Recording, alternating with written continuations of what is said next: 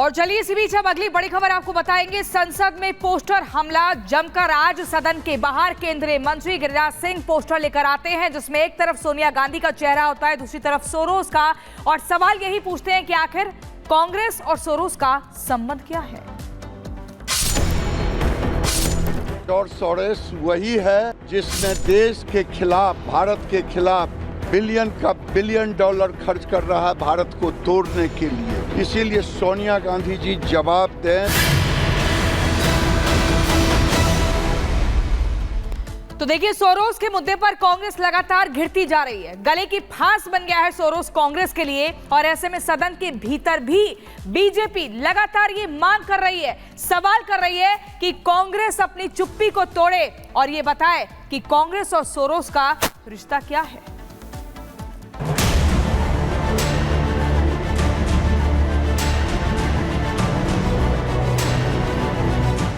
लगता है BJP Soros के मामले में कांग्रेस को छोड़ने के मूड में नहीं है। एक बार फिर संसद परिसर में कांग्रेस को उसी के अंदाज में बीजेपी ने घेरा है। अब की बार ये कमान संभाली है केंद्रीय मंत्री गिरिराज सिंह ने। गुरुवार को संसद परिसर में गिरिराज सिंह ने पोस्टर दिखाकर प्रदर्शन किया। इस पोस्टर में सोनिया गांधी और जॉर्ज सोरोस की फोटो लगी हुई थी। पोस्टर के माध्यम से गिरिराज सिंह ने सोनिया गांधी से सोरोस को लेकर सवाल पूछे हैं। सोरोस और सोनिया का ये पोस्टर बीजेपी के उसी मुहिम का हिस्सा है जिसके तहत कांग्रेस पर विदेशी शक्तियों से फंडिंग का आरोप लगा रही है बीजेपी। पिछले कई दिनों से तमाम मंचों पर बीजेपी कांग्रेस को इस मामले पर घेरने का कोई मौका नहीं छोड़ रही है। 2010 से लेके 2014 तक पूरा शेयर मार्केट से सोरोस पैसा लेता रहा। वो गांधी फैमिली से मिला। सोरोस और गांधी फैमिली का संबंध क्या है? राजीव गांधी फाउंडेशन को सबसे ज्यादा पैसा सोरोस ने दिया। सोरोस जो है मनोज भार्गव, हंस फाउंडेशन और रॉकफेलर फाउंडेशन और किंगन फंड्स के साथ ब्लैक मनी को व्हाइट मनी कर रहा है। राजीव गांधी फाउंडेशन के साथ सोरोस का रिश्ता क्या है? संसद के बाहर ही नहीं बल्कि संसद के अंदर भी बीजेपी सोरोस का मुद्दा उठाती रही। राज्यसभा में बीजेपी के राष्ट्रीय अध्यक्ष और केंद्रीय मंत्री जेपी नड्डा ने भी सोरोस के मामले पर कांग्रेस से तीखे सवाल पूछे। जेपी नड्डा ने राज्यसभा में कांग्रेस पर सोरोस से कनेक्शन का आरोप भी लगाया। नड्डा ने कहा कि सोनिया गांधी को खुद इस मामले पर जवाब देना चाहिए। इस हाउस की वरिष्ठतम नेता कांग्रेस पार्टी की, उनका क्या संबंध है, सोनिया जी का क्या संबंध है सोरोस से? What is the relationship between Sonia Gandhi ji and Soros? The country wants to know. देश की आम जनता जानना चाहती है। जो सोरोस इस देश को डिस्टेबलाइज करने के लिए बिलियंस ऑफ डॉलर्स डोनेशन के रूप में देता है और उसकी आवाज कठपुतली बन करके यहाँ कांग्रेस पार्टी उठाती है और देश को डिस्टेबलाइज करती है। मैं इसके लिए निंदा प्रस्ताव लाने की बात भी करता हूँ, ये मैं कहना चाहता हूँ। आपको बता दें कि कांग्रेस लगातार बीजेपी पर उद्योगपतियों के इशारे पर काम करने का आरोप लगाती रहती है, लेकिन अब बीजेपी भी कांग्रेस को उसी की पिच पर घेर रही है। बीजेपी का आरोप है जॉर्ज सोरोस देश में राजनीतिक अस्थिरता फैलाना चाहता है। कांग्रेस को सोरोस की तरफ से फंडिंग हो रही है, इसलिए सोरोस के इशारे पर कांग्रेस नेता सोरोस जैसी भाषा बोलते हैं। सोरोस का मुद्दा कितना गर्म है, इसे लेकर राज्यसभा की कार्यवाही तक नहीं चल पा रही है। 2 दिन पहले बीजेपी ने इस मामले पर राज्यसभा के अंदर चर्चा की मांग की थी, लेकिन कांग्रेस ने इस पर चर्चा नहीं होने दी। इस दौरान जमकर राज्यसभा में हंगामा हुआ। इसी हंगामे के बाद कांग्रेस के नेतृत्व में विपक्ष ने राज्यसभा के सभापति को निशाने पर ले लिया। गुरुवार को राज्यसभा में जेपी नड्डा ने इसे लेकर कांग्रेस को जमकर खरी खोटी भी सुनाई। खड़गे जी जो बहुत सीनियर लीडर हैं, वयोवृद्ध नेता हमारे जो बहुत ही तजुर्बेकार हैं, उन्होंने एक प्रेस कॉन्फ्रेंस करके चेयर को क्रिटिसाइज किया। ये बहुत ही आपत्तिजनक है। दिस इज ऑब्जेक्शनेबल, ये कंडेमनेबल है। जॉर्ज सोरोस का मामला फिलहाल दबने वाला नहीं है। बीजेपी जिस तरह से इस पूरे मामले को लेकर कांग्रेस पर निशाना साध रही है, उससे साफ है कि कांग्रेस को आखिरकार इस मुद्दे पर जवाब देना होगा। Bureau report, Republic Bharat.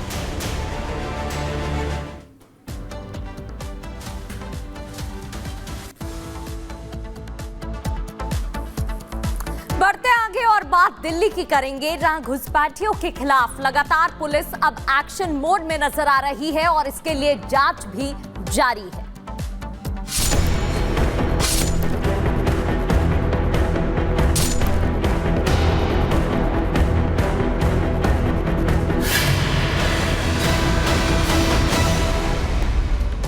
तो दिल्ली में विधानसभा चुनाव से पहले एक बड़ा मुद्दा सामने आता नजर आ रहा है, जहां घुसपैठियों के खिलाफ पुलिस एक्शन मोड में है। दरअसल एलजी के ऑर्डर के बाद पुलिस की टीम जांच के लिए पहुंची। कल कालिंदी कुंज टीम पहुंची थी और आज दो बड़े इलाकों में मदनपुर खादर और सीलमपुर तलाशी अभियान चलाने के लिए टीम पहुंची, जहां आइडेंटिटी कार्ड्स की चेकिंग की जा रही है, आधार कार्ड चेक किए जा रहे हैं, पूछा जा रहा है, नाम पता पूछा जा रहा है। इसके अलावा जो बेसिक डिटेल्स हैं वो भी जुटा रही है टीम।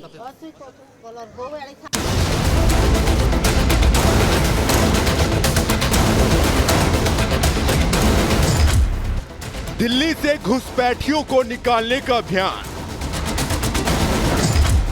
सीमापुरी से मदरपुर खादर तक पुलिस ड्राइव। बांग्लादेशियों की हो रही पहचान। रोहिंग्या घुसपैठियों की तलाश।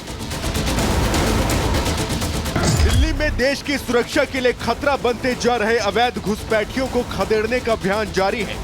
दिल्ली पुलिस झुग्गियों में नाम और पहचान बदलकर रह रहे घुसपैठियों की तलाशी और पहचानने का ड्राइव चला रही है। दिल्ली के एलजी वीके सक्सेना ने पुलिस को निर्देश दिया था कि स्पेशल ड्राइव चलाकर अवैध रूप से रह रहे बांग्लादेशियों और रोहिंग्याओं पर एक्शन लिया जाए। एलजी के दफ्तर से इसे लेकर एक लेटर दिल्ली पुलिस कमिश्नर को भेजा गया था, जिसके बाद दिल्ली पुलिस शहर के अलग अलग हिस्सों में अभियान चलाकर बांग्लादेशी और रोहिंग्या घुसपैठियों की पहचान कर रही है।